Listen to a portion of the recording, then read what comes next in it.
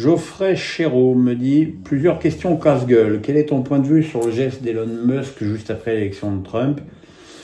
Et comment considères-tu les prises de position de ton ami Pascal Praud sur ces sujets sensibles ?» Pour moi, Elon Musk, il est jeté complet.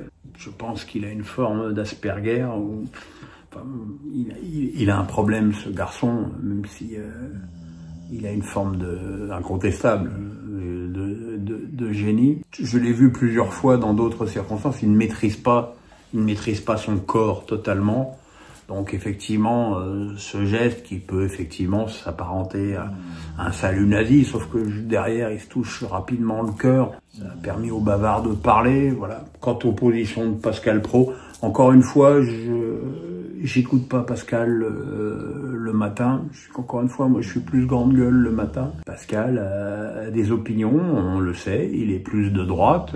Si vous êtes plus de gauche, vous écoutez Radio France.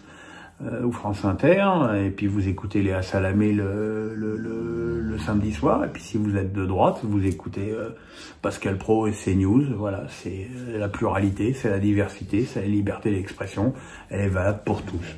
David Vercoutre me dit « Si tu étais milliardaire voulant racheter un club de foot français, hors club de cœur, quel serait ton choix et pourquoi ?»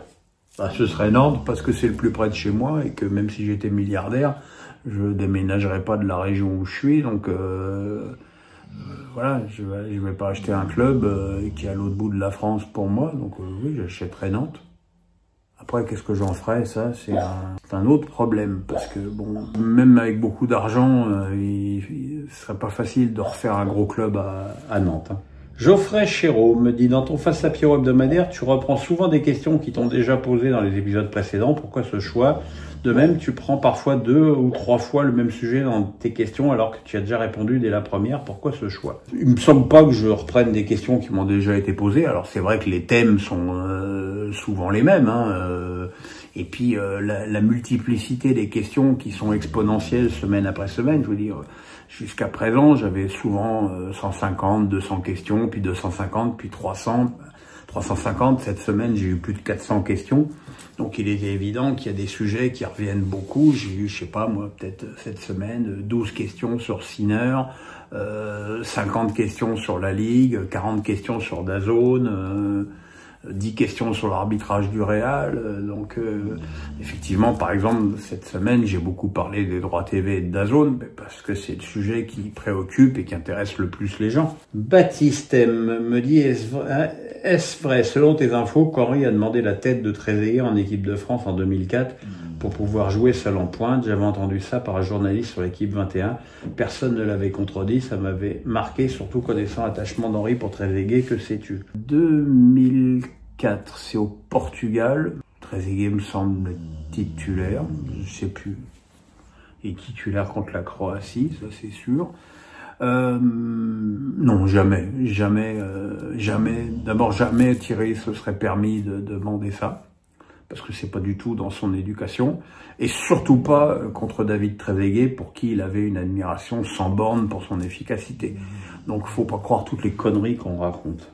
Romain Mentor me dit « Première fois que je pose ma question, tu es loin d'être fan de Kang In Lee, mais quand on voit comment ont échoué certains joueurs censés être très bons, Wijnaldum, Soler, Skriniar, Colomani, Asensio, pour ne citer que, est-ce que finalement il ne s'en sort pas si mal ?» Il s'en sort pas si mal parce que Luis Enrique le fait jouer presque tout le temps, et que je comprends pas pourquoi. Je commence à être vraiment à court de reproches à faire sur Luis Enrique, mais Kang In Lee, je comprends pas. Je trouve ce joueur fade, mou.